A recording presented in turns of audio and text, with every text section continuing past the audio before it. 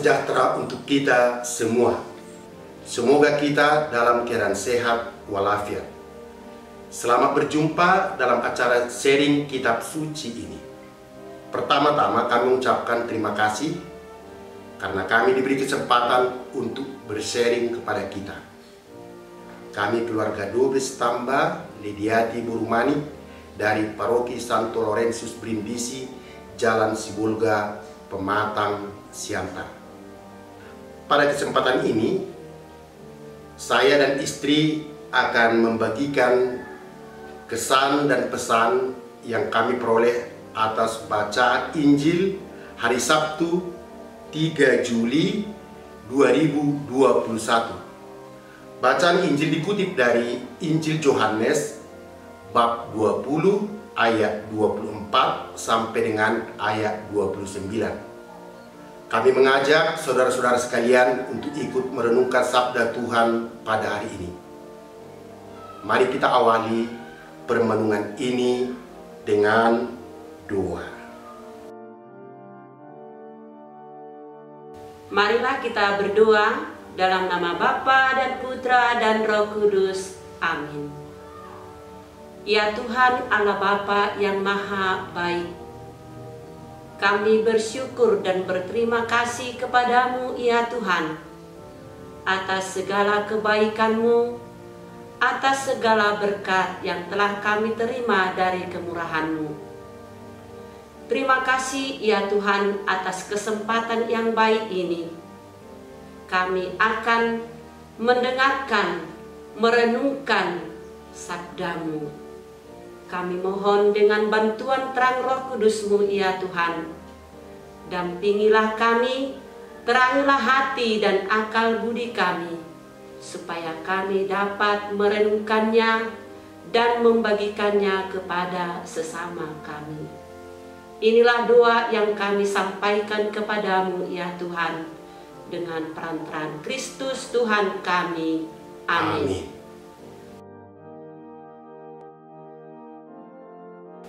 Saudara-saudari yang terkasih, sekarang mari kita membuka hati dan budi untuk mendengarkan sabda Tuhan. Kami akan membacakan bacaan hari ini secara bergantian. Mari kita ikuti bersama-sama. Bacaan dikutip dari Injil Yohanes bab 20 ayat 24 sampai dengan ayat 29. Tetapi Thomas, seorang dari ke-12 murid itu yang disebut Didimus, tidak ada bersama-sama mereka ketika Yesus datang ke situ. Maka kata murid-murid yang lain itu kepadanya, "Kami telah melihat Tuhan." Tetapi Thomas berkata kepada mereka, "Sebelum aku melihat bekas paku pada tangannya, dan sebelum aku mencucukkan jariku ke dalam bekas paku itu, dan mencucukkan tanganku ke dalam lambungnya, sekali-kali aku tidak percaya." 8 hari kemudian, murid-murid Yesus berada kembali dalam rumah itu, dan Thomas bersama-sama dengan mereka. Sementara pintu-pintu terkunci, Yesus datang dan ia berdiri di tengah-tengah mereka dan berkata, "Damai sejahtera bagi kamu." Kemudian ia berkata kepada Thomas, "Taruhlah jarimu di situ dan lihatlah tanganku. Ulurkanlah tanganmu dan cucukkan ke dalam lambungku, dan jangan engkau tidak percaya lagi, melainkan percayalah." Thomas menjawab dia, "Ya Tuhanku dan Allahku." Kata Yesus kepadanya, "Karena engkau telah melihat aku, maka engkau percaya. Berbahagialah mereka yang tidak melihat namun percaya." Demikianlah sabda Tuhan. Terpujilah Kristus. Saudara-saudara yang terkasih, selanjutnya kami akan mencoba membagikan kesan dan pesan yang kami peroleh dari bacaan Injil hari ini. Saya akan membagikan kesan dan pesan saya terlebih dahulu.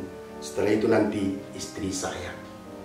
Ayat yang menyentuh bagi saya adalah ayat 29 yang berbunyi, "Berbahagialah mereka yang tidak melihat namun percaya." Mata iman membantu kita untuk dapat memahami semua misteri Allah yang tak dapat dilihat oleh mata fisik atau mata jasmani. Mujizat Tuhan sering terjadi justru kalau kita menggunakan mata iman. Ada sebagian orang berpendapat melihat baru percaya. Perlu melihat bukti. Bukti yang bisa diindrai, itulah yang membuat orang percaya. Dalam kehidupan beriman, ada sebagian orang selalu minta bukti. Dalam konteks bacaan Injil hari ini, inilah yang terjadi dengan watak atau karakter Thomas. Dia baru percaya kepada Yesus yang bangkit kalau dia sudah melihat bukti. Thomas meminta bukti yang bisa dilihat oleh mata indrawi. Ia tidak hadir pada saat Yesus menampakkan diri kepada murid-muridnya. Ketika para murid memberitahukan kepada Thomas bahwa mereka telah melihat Tuhan, Thomas tidak percaya dan tidak ikut bersukacita. Justru mengatakan, "Sebelum aku melihat bekas paku pada tangannya, dan sebelum aku mencucukkan jariku ke dalam bekas paku itu, dan mencucukkan tanganku ke dalam lambungnya, sekali-kali aku tidak akan percaya." Dari situ tampak Thomas adalah seorang peragu.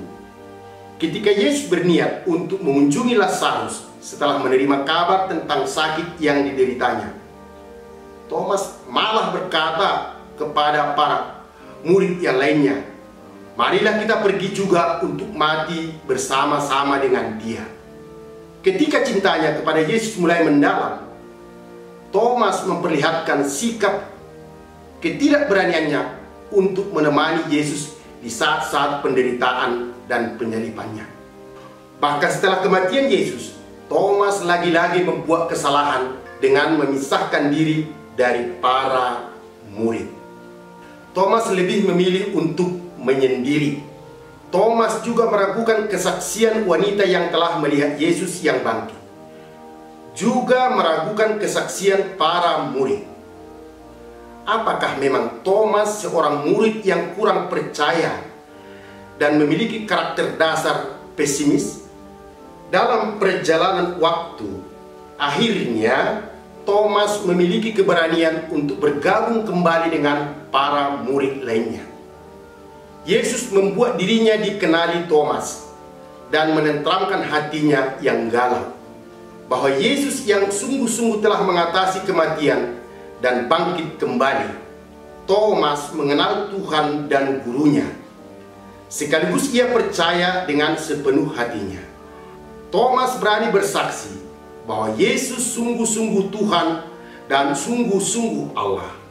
Suatu pengakuan yang jujur yang meneguhkan Thomas sampai akhir hidupnya, menjadi saksi kebangkitan Tuhan dengan setia. Jadi sekali lagi, sungguh berbahagialah kita bila memiliki mata iman yang membuat kita percaya kepada Tuhan. Saya akan semakin mengasah mata iman saya agar saya semakin percaya kepada Tuhan. Sekian sharing dari saya pada hari ini. Ayat yang menyentuh bagi saya adalah ayat yang ke-29 yang berbunyi, "Berbahagialah mereka yang tidak melihat namun percaya." Pilihan saya sama dengan Bapa. Manusia itu dibatasi ruang dan waktu, terbatas secara fisik. Yesus yang bangkit adalah Tuhan yang tidak dibatasi waktu dan tempat. Dengan menunjukkan diri kepada Thomas, Yesus mau meyakinkannya bahwa Dia selalu bersama para murid. Mereka tidak perlu takut dan cemas. Yesus menyertai mereka sampai akhir zaman. Iman melampaui apa yang bisa dilihat oleh mata. Tuhan Maha Kuasa dan Maha Mengetahui. Tidak harus melihat baru percaya. Karena itu, walaupun kita tidak melihat Allah, seharusnya kita takut berbuat yang tidak benar. Allah tidak bisa ditipu.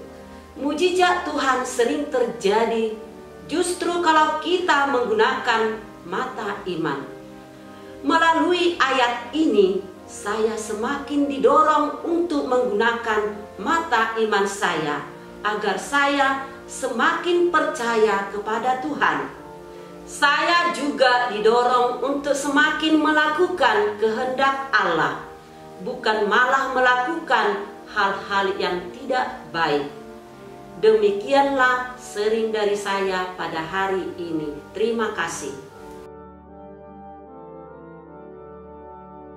Saudara-saudari yang terkasih, kami sudah membagikan kesan dan pesan kami. Jadi sebagai kesimpulan dari sharing kami ini, pesan bacaan yang kiranya kita amalkan dalam hidup adalah sebagai berikut. Pertama, mari kita menyadari bahwa kasih Allah dan pengampunannya begitu besar untuk kita. Kemaharahiman Allah mampu untuk menobatkan Rasul Thomas dari ketidakpercayaannya. Kedua, apakah kita memerlukan pengalaman-pengalaman yang dahsyat atau mukjizat-mukjizat yang besar untuk membuat kita lebih percaya? Saya kira tidak harus demikian. Berbahagialah orang yang tidak melihat namun percaya. Itulah tanda iman yang sejati. Mari kita percaya kepada Tuhan.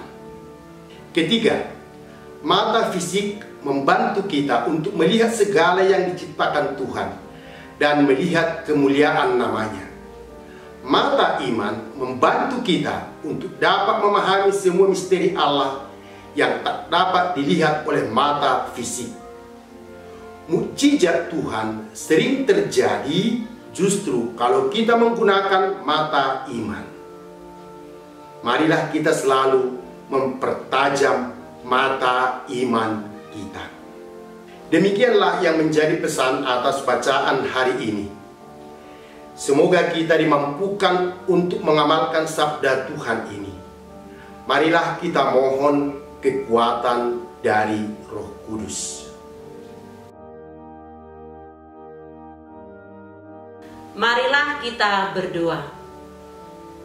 Dengan penuh rasa syukur dan terima kasih, kami haturkan kehadapan-Mu, ya Tuhan Allah Bapa yang Maha Baik, di mana kami, ya Tuhan, telah merenungkan sabda-Mu. Semoga lewat firman yang telah kami renungkan pada hari ini, kami semakin percaya dan yakin. Walaupun kami tidak melihat dengan mata kami sendiri, namun kami yakin dan percaya bahwa kuasa-Mu, bahwa kebaikan-Mu dapat kami rasakan dalam perjalanan hidup kami. Bantu kami, ya Tuhan, agar kami mampu untuk mewujudkannya dalam kehidupan kami sehari-hari. Semoga iman kami semakin kuat dan semakin teguh. Inilah doa yang kami sampaikan kepadamu dengan perantaraan Kristus Tuhan kami. Amin. Dalam nama Bapa dan Putra dan Roh Kudus. Amin. Saudara-saudari yang terkasih, demikianlah yang bisa kami bagikan. Jika ada yang kurang dari sharing kami mohon dimaklumi.